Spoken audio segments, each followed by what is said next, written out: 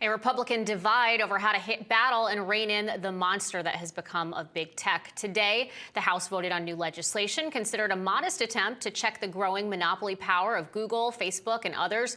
The legislation is aimed at strengthening the enforcement of antitrust law and beefing up protections against Chinese influence, and it's supported by every attorney general in the country. Republican Congressman Ken Buck is the author of the legislation, and here he is explaining it.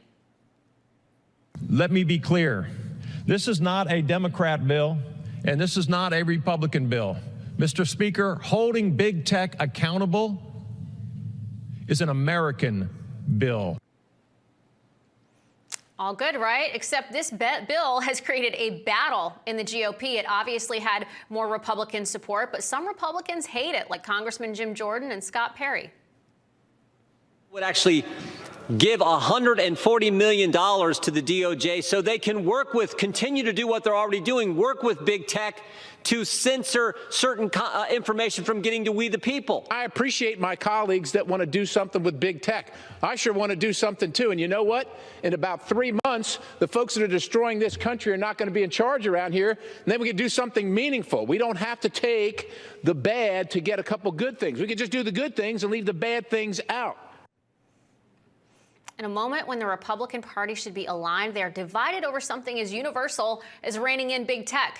Now, someone who is in full support of this legislation joins me now, Republican Congressman Matt Gaetz of Florida. Congressman, welcome. Thanks for joining us tonight.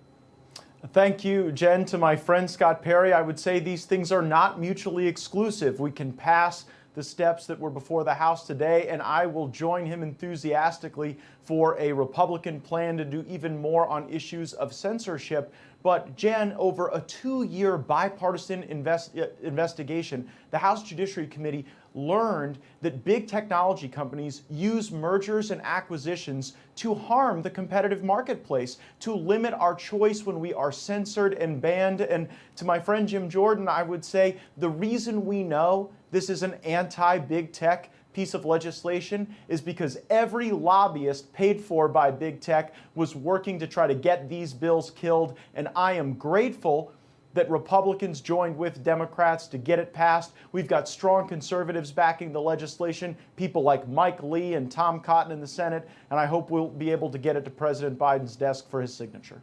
Big tech actively suppresses conservative voices that get too loud about anything that goes against the liberal narrative. They're often shadow banned, outright canceled, even a former president. What will this bill do exactly to stop this from happening again?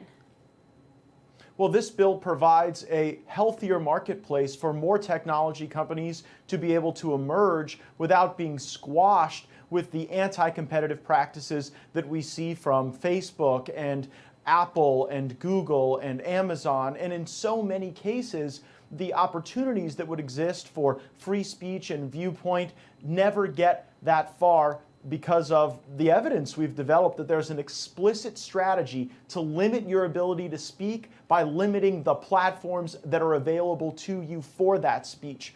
With additional fees and fines on filings, you're going to have the opportunity to beef up enforcement so there will actually be a watchdog over big tech to limit the types of mergers and acquisitions that would limit choices for our fellow Americans.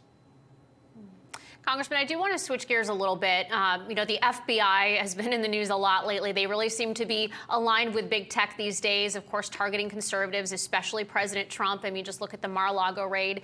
And what's interesting is that the FBI has passed on raiding at least 4 former presidents for a very similar reason to that of President Trump regarding documents. We have George H.W. Bush, Bill Clinton, George W. Bush, and of course none other than Barack Obama. All of them either housing documents in strange places or accused of losing emails. I mean, Obama housed some 30 million pages in an old furniture store outside Chicago. Bill Clinton had about 80 million pages in an abandoned Oldsmobile dealership. I mean, it makes Mar-a-Lago seem like Fort Knox in comparison to that. But they charged President Trump.